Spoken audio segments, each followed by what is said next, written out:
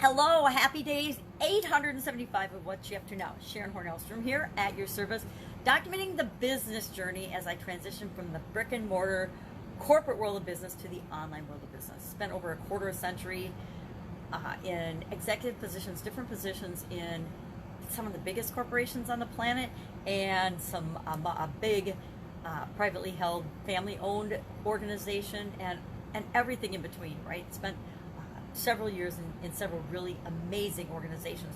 It gave me a core foundation of skills and abilities that I could use in my own businesses.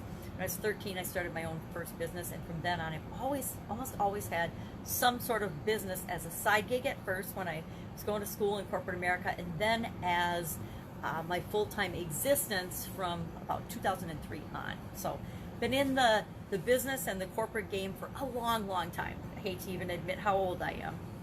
But I think I've said it before, I'm 60. I turned 60 right as the beginning of the pandemic burst, and we all started to be quarantined, and everybody's life changed pretty dramatically for the last several months, and we're continuing to work our way through that. So that's why I titled this one, I can't remember what I titled it now, Change, Pivot, Improve, something like that. They're all words for change, right? Whenever we're faced with a challenge, we're invited to change. We can resist that challenge, we can resist the obstacle, we can pretend it doesn't exist, we can ignore it, but at some point either we're going to change or change is going to happen for us, because we live in an ever-evolving, continually changing and improving, I like to think improving, world, right? Our universe, our world, the planet that we live on is always ever changing.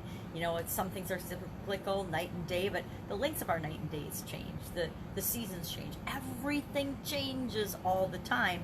So we either can resist and feel bad about that change and have negative associations with it, or we can choose to embrace the changes and say, well, what's good about this? How can I make this work for me? I say I resisted plenty in my past and it didn't work out that well for me. So now I am jumping in with both feet, full force, to embrace the changes and the things that come my way.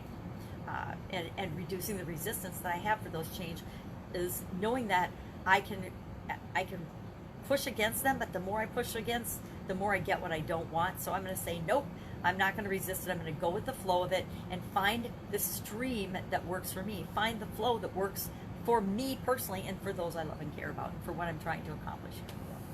So today was day, I don't know, about 476 of doing idioms for my Supersize Your Business page and my Supersize Your Business group.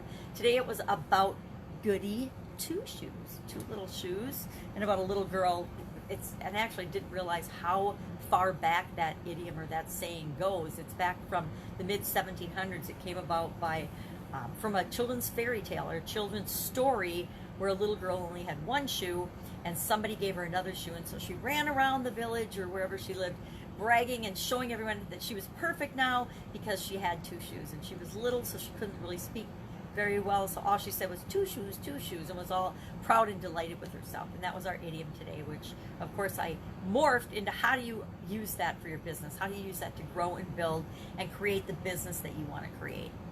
The fun challenge today was about being yourself and being happy with being yourself, which is, again, right up my alley. It's something I talk about all the time, and how important it is to be ourselves. And it's funny because I decided today I was going to wear my normal, usual, natural, I guess, straight COVID hair. But of course I have to have a funky little poof on it because otherwise my bangs hang in my face. And if I think I can't see without my bangs in my face, I certainly cannot see anything at all, even fuzzy with my bangs in my face. So I just had to pull it back because they're scraggly and long because it's COVID hair, right? Haven't had a haircut for months, and I was due to have a hair trimming or haircut right as the pandemic hit. Same with my fingernails. Although my fingernails are finally coming back. I was worried for a few weeks. I was really worried because they were so damaged because I couldn't see to do them. And since I got my daughter to do them once, but when I started doing them myself, it was very, very bad. And there are things, I think there's some professions that are worried that people aren't going to come back and that their business won't come back. But I'll tell you, there's others like me and my nails, and there's a lot of people that feel the same way I do. I need a professional to help me with them. I need help with a lot of things in my life, but that's one area that is a clear example of yep, got shut down. And we could argue, was it right or wrong? Doesn't matter what we think. What happened, happened. Can't change it, so just keep moving forward. What are you going to do right now? I have noticed stark differences between how different states are responding to the opening up of things and how they're dealing with it. And I love living in a borders town because I get to see firsthand. I'm not just going on hearsay. I'm doing my own observing, and I'm watching how things are rolling out. And it's really interesting, the differences in how different businesses and different types of businesses are responding and moving forward for themselves and for the people that they serve. And again, the nail example is a clear one for me. I've been both to a nail salon in Wisconsin as they first opened up and a nail salon in Minnesota where our cabin is. And I am talking light years difference in how they're treating customers, how they're handling it, what they're doing, and major lessons to be learned there from how to move forward when you're coming out of something and how to do the minimum to get by.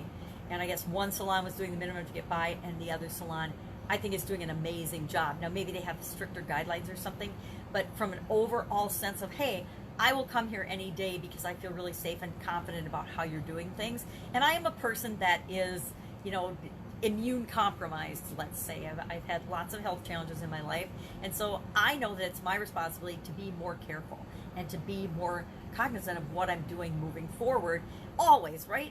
And COVID or not, these are things that we should have been doing all along, a lot of them. And maybe not masks and maybe not all the dividers and things, but as far as, hey, stay home when you're sick, stay home when you don't feel good. I was guilty of that in my career, early on in my corporate career. I had the work ethic and the belief that unless you're on your deathbed or in the hospital, you showed up for work every day and you showed up on time, not late. And you were there and you gave it your all, the best of your ability every single day. And that, I went to work sometimes when there is no way in heck I should have been there, right? Because that was the values and the beliefs I grew up with, that, hey, you go no matter what. Nowadays, with technology and everything, guess what? You can still get a lot accomplished from home even if you're not feeling well. Unless, of course, you're so sick that you're out and flat out on the couch or in the bathroom or whatever. So I've definitely learned some major lessons that I should have been doing better personally, as well as I will continue to do moving forward.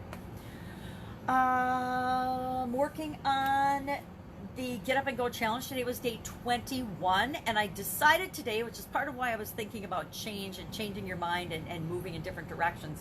I decided today it's a 40-day challenge. I was challenged to do a 40-day personal challenge, and I'm like, well, if I'm going to do it personally, I'm going to do it with other people. And so I decided, okay, I've been doing the Get Up and Go Challenge. I've done it. I did it for the whole month of April, which is 30 days. So for me, 40 days isn't really much of a stretch, right? Pretty easy. If I've already done something for 30 days, I know I can do it for 40 days. So I decided I'm going to do the Get Up and Go Challenge for 40 days.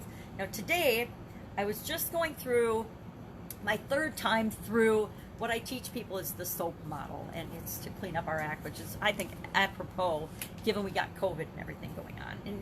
And again, people have turned this into a political thing, and it's not. It is something. It is a disease. It doesn't matter what we compare it to. It's up to each and every one of us to take 100% responsibility for ourselves, our health, the health of those we love and care about, and do what's right for us in this situation and any situation.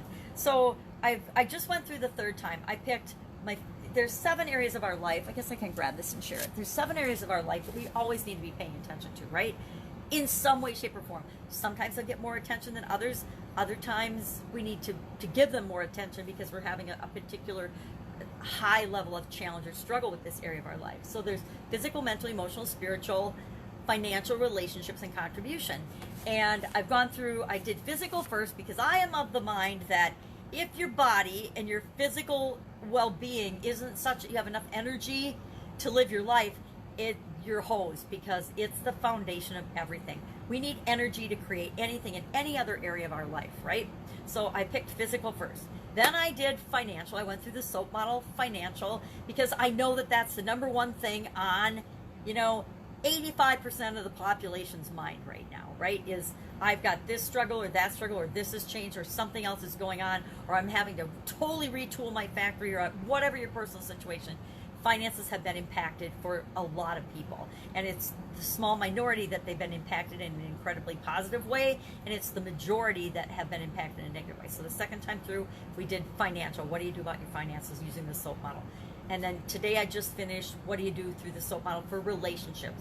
And I picked my relationship with myself because I've been ignoring it, right? Sometimes I work on it, sometimes I don't, and I want to be more consistent about that. So I committed to doing the rest of this book, or this whole book again, as my continuous improvement for progress, to make progress toward my relationship with myself. And guess what? As I work on my relationship with myself, it impacts all my other relationships and all the other areas of this model. I got to clean up this model maybe by the next time through.